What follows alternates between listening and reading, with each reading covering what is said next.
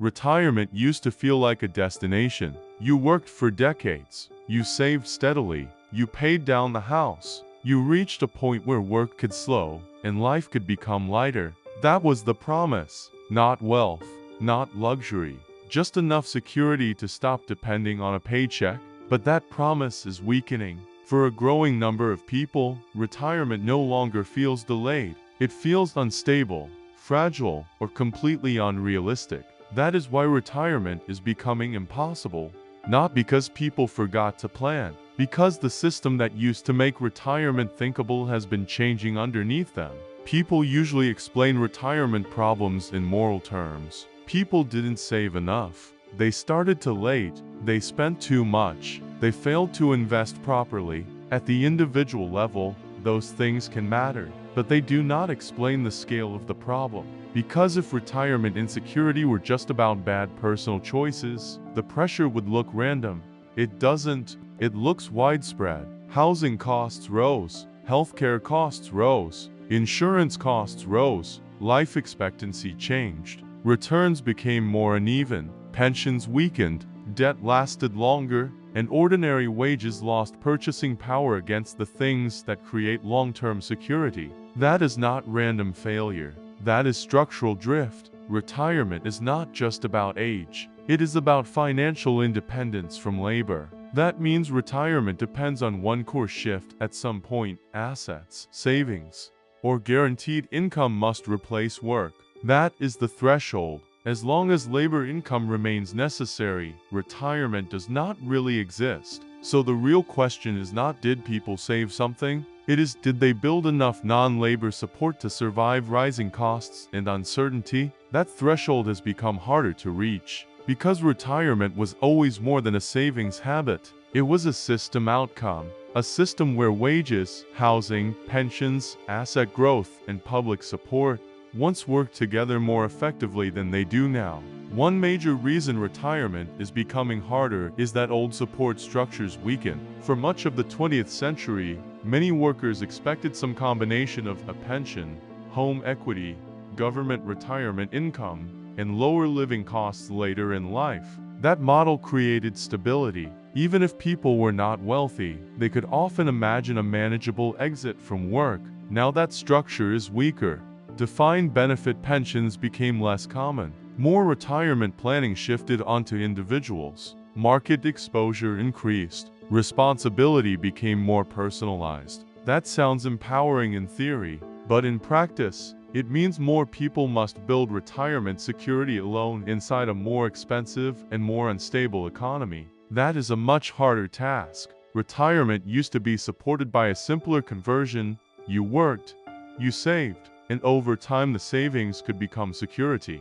That conversion is weaker now, because wages no longer carry the same power. A larger share of income now goes toward housing, debt service, insurance, healthcare, childcare, and other recurring costs. That leaves less room for long-term saving. Even households that earn what once looked like decent incomes often discover that most of their earnings are already spoken for. That matters, because retirement depends less on gross income and more on how much income remains unclaimed after normal life is paid for. And for many households, that remainder has been shrinking for years. Housing once helped make retirement possible. A paid-off home reduced costs. Homeownership created stability. Equity could support downsizing, refinancing, or inheritance planning. Housing was not just shelter, it was part of the retirement system. Now that equation is less reliable. Home prices rose faster than wages.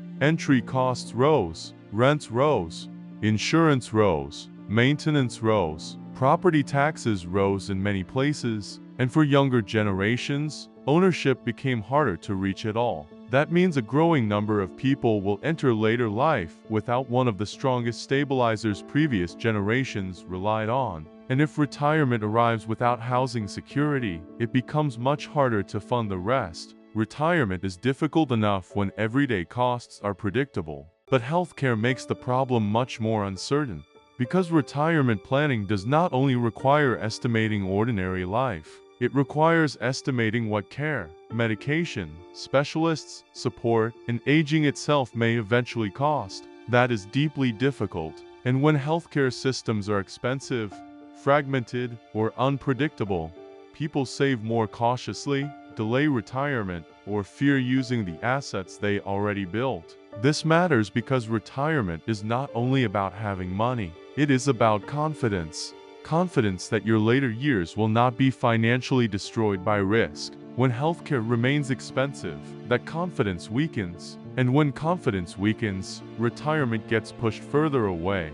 Living longer sounds like an unqualified success. And in many ways, it is. But financially, longer life also changes the retirement problem. Because more years of life require more years of support, more housing, more health care, more daily spending, more inflation exposure, more risk of outliving savings. That means longer life does not just increase opportunity, it increases funding pressure. And if the economic system does not also make those longer years easier to support, then longevity turns into another planning burden. This is one reason retirement feels different now. It is no longer just about crossing a line. It is about financing an increasingly long and uncertain phase of life. As pensions weakened, retirement security became more dependent on markets.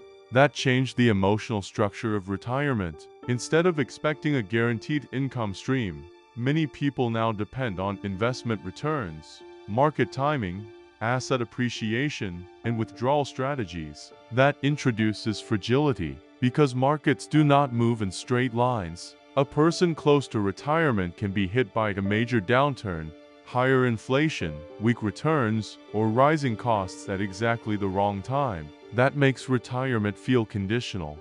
Possible if markets cooperate, possible if health holds, possible if costs do not spike, possible if nothing major goes wrong. That is a very different kind of promise. It is less stable, less social, more individual, and much more exposed to volatility.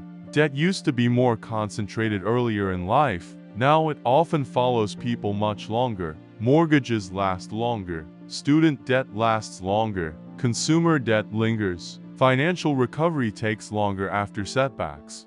That changes retirement in a simple but brutal way. If obligations remain high for longer, the years available to build unencumbered security shrink.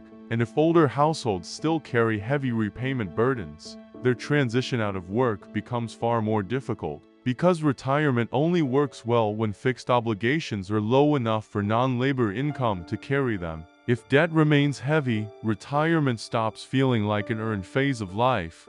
It starts feeling like an unaffordable luxury.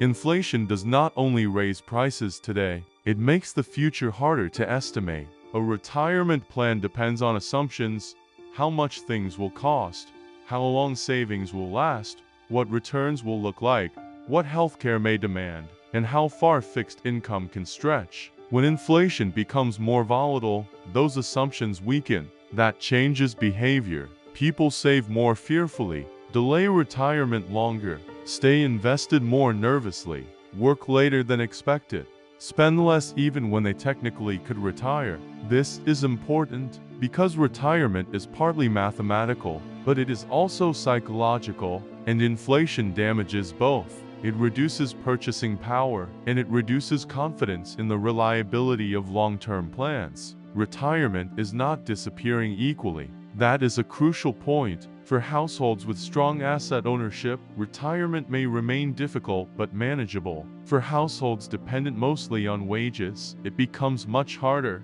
This means retirement is increasingly stratified. Some people retire from asset income. Others retire from partial savings and public support. Others keep working longer than planned, and some may never reach retirement in the traditional sense at all. That matters because retirement used to be one of the core markers of middle-class security. As that marker weakens, so does the wider feeling that long-term work leads somewhere stable. And once that social expectation weakens, the entire meaning of economic progress starts to shift. Retirement is becoming impossible not because one thing broke, but because too many supporting structures weakened at once. Pensions weakened, housing became less reliable as a stabilizer, healthcare stayed expensive, insurance rose, debt lasted longer, wages carried less, inflation made planning harder, markets made outcomes more conditional. That combination changes retirement from a likely destination into a fragile possibility.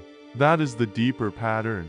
Retirement is not only a personal finance problem, it is a structural reflection of what the economy now makes harder to sustain. Retirement used to mean freedom from work. Now, for many people, it means uncertainty about whether freedom is affordable at all.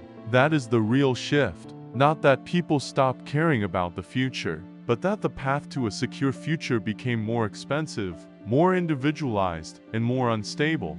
So retirement is becoming impossible for the same reason so many other forms of stability are weakening. The system changed, and when work no longer converts into long-term security as easily as it once did, the finish line keeps moving further away.